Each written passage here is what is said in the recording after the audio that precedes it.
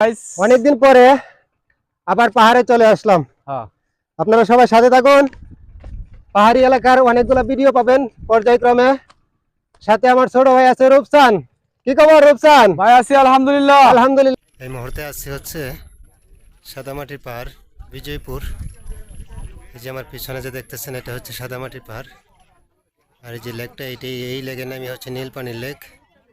জায়গাটা অসাধারণ একটা জায়গা। আপনারাও চাইলে এসে ঘুরে যেতে পারেন ইনশাল্লাহ।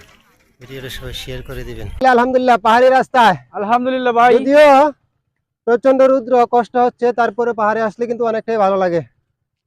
আর এই হচ্ছে লেক।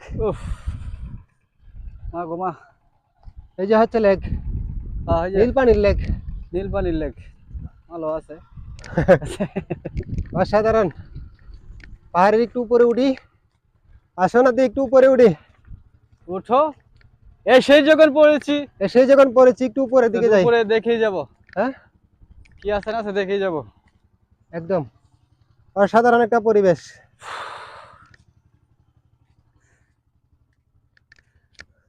নাতি গরমটা কিরম লাগতেছে? ভাই গরমটা অসহ্য। হ্যাঁ অসহ্য লাগতেছে, কিন্তু গরমটা একদম অসহ্য লাগতেছে। আমার মনের মধ্যে অনেক আবেগ উঠতেছে, কিন্তু প্রকাশ করতে পারতাছি না। আবেগটা প্রকাশ করতেই পারতেছে না, রোদে লাগে। রোদটা কিন্তু অসাধারণ। দেখেন কত সুন্দর জায়গা। হ্যাঁ জায়গাটা দেখলে যেন সুন্দর, দেখলে যেন মায়ায় পড়ে যায়। হ্যাঁ যে আসলে মায়া পড়ে যাবেন, এই পাহাড়ের মায়া পড়ে যাবেন। লাভ লিখে তো গেছে কোন হাগলে। হ্যাঁ কোন হাগলে পাহাড়ে এসে লাভ লিখে দিয়ে গেছে, ভালোবাসার চিহ্ন রেখে গেছে নিচে, ভালোবাসার চিহ্ন রেখে গেছে এখানে। মায়া মায়া গো, মায়া মায়া মায়া এই আর কুলে লো বাসা তুইয়া। হ্যালো গাইস, আমরা এখন কোথায় আসলাম? সাদামাটির পাহাড়। সাদামাটি পাহাড়। আর এই যে লেকটা, এই লেকটা হচ্ছে নীলপানির লেক। নীলপানির লেক। নীলপানির লেক অসাধারণ একটা জায়গা, একেবারে নীল। দেখেন কত সুন্দর পানি, অসাধারণ আকাশ। আজকের আকাশটা কিন্তু অসাধারণ, অনেক সুন্দর। অনেক সুন্দর, অনেক সুন্দর আকাশটা, অনেক সুন্দর।